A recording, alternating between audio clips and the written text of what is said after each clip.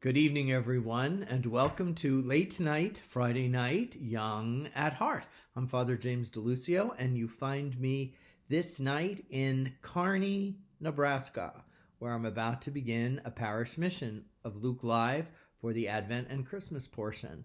It's wonderful to be here. It's my second time. I was here Lent a few years ago, and now I get to share the beautiful Advent and Christmas readings. But right now, I'm going to read to you the Children's Verse in America, Oxford University Press, and I have 3 fun poems to share with you. The first is by Elizabeth T. Corbett. Elizabeth T. Corbett, and it's called 3 Wise Old Women. 3 wise old women were they, who went to walk on a winter day. One carried a basket to hold some berries, one carried a ladder to climb for cherries. The third, and she was the wisest one, carried a fan to keep off the sun. But they went so far and they went so fast, they quite forgot their way at last. So one of the wise women cried in a fright, "Suppose we should meet a bear at night. Suppose he should eat me, and me, and me." "What is to be done?" cried all 3. "Dear, dear," said one, "we'll climb a tree. There, out of the way, the bears will be." But there wasn't a tree for miles around. They were too frightened to stay on the ground. So they climbed their ladder up to the top and sat there screaming, "We'll drop! We'll drop!" But the wind was strong as wind could be and blew their ladder right out to sea. So the 3 wise women were all afloat in a leaky ladder instead of a boat, and every time the waves rolled in, of course the poor things were wet to the skin. Then they took their basket to water to bail. They put up their fan instead of a sail. But what became of the wise woman then? Whether they ever sailed home again, whether they saw any bears or no,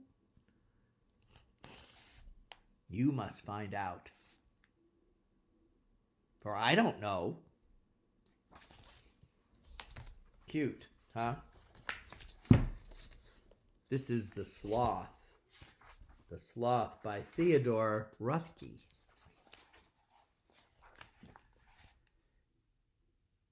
In moving slow, he has no peer.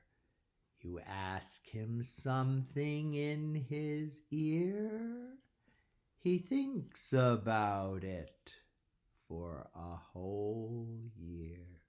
And then, before he says a word, there, upside down, unlike a bird, he will assume that you have heard a most exasperating lug.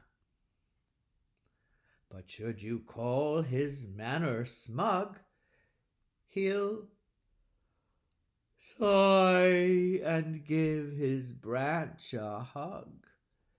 Then off again to sleep he goes, still swaying gently by his toes.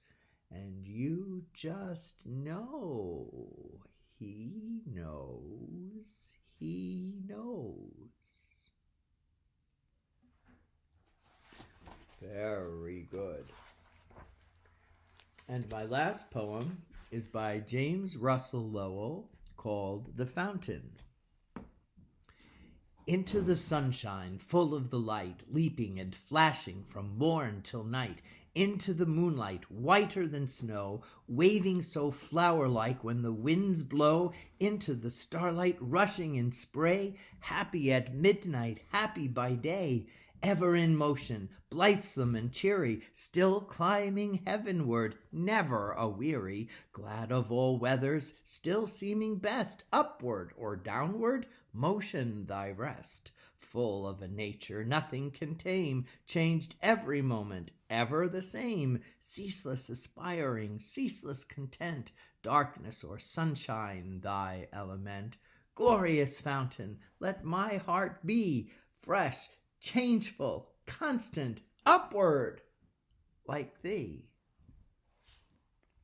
And there you have it. Thanks for joining me this evening. We'll see you next Friday for Young at Heart. Have a great weekend, everybody. God bless.